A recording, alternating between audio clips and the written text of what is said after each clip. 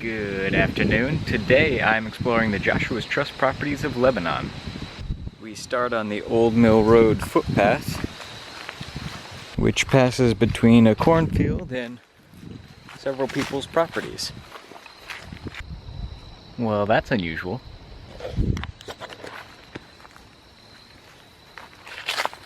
The pony.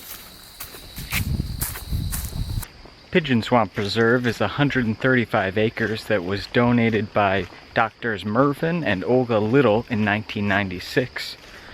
There is a little over 3 miles of trails here and a whole lot of history. The old mill path brings us right to the water loop, where we'll see Lebanon's Big Pond, literally called Big Pond.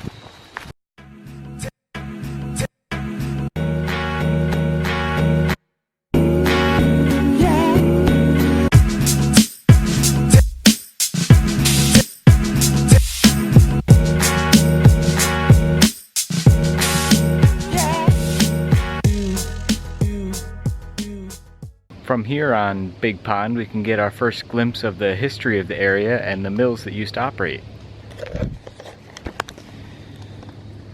You've got the stonework here, and if we look just back, we can see the site of the mill. Behind me is what remains of a grist mill that operated as early as 1777. It was run by Elijah Babcock, who originally lived in the area. Later, it was run by the Smith and Winchester Company, which operated the first foudrinier machine in the United States, which was a machine for creating rolls of paper.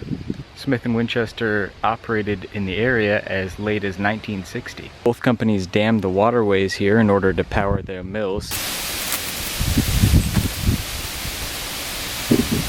From here we can either cross using the mill site or follow the water loop to this bridge.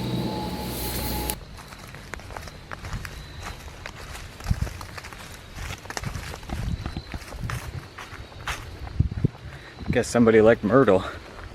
You can follow a red spur trail to the cellar hole, the foundation of what was Elijah Babcock's house. Elijah operated the grist mill from 1777 to 1827. And his descendants continued to live here until the house burned down. Guess that's it.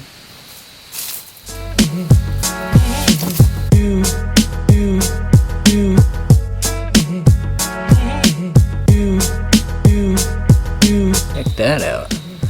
That's weird.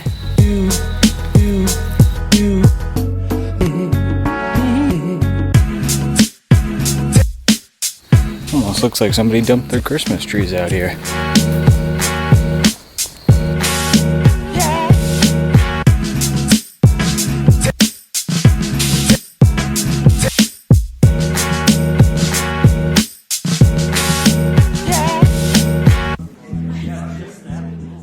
Pigeon Swamp is named for passenger pigeons who used to flock to the area in order to feast on the beech nuts.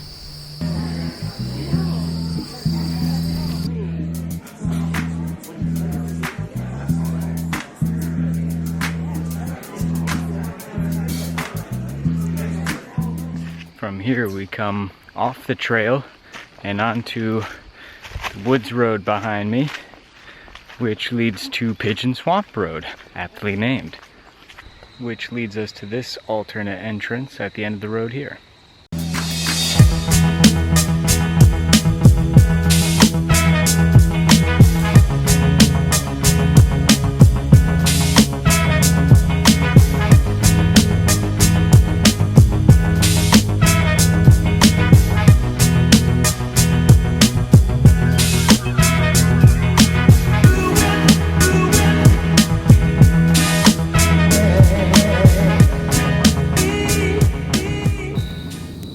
Peaceful here along the water.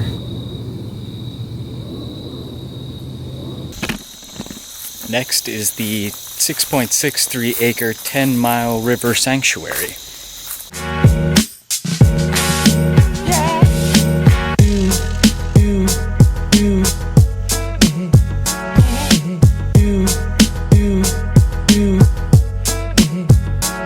finally we have the 10 Mile River Pool, where the 10 Mile River meets Spinning Mill Brook, which is currently dry.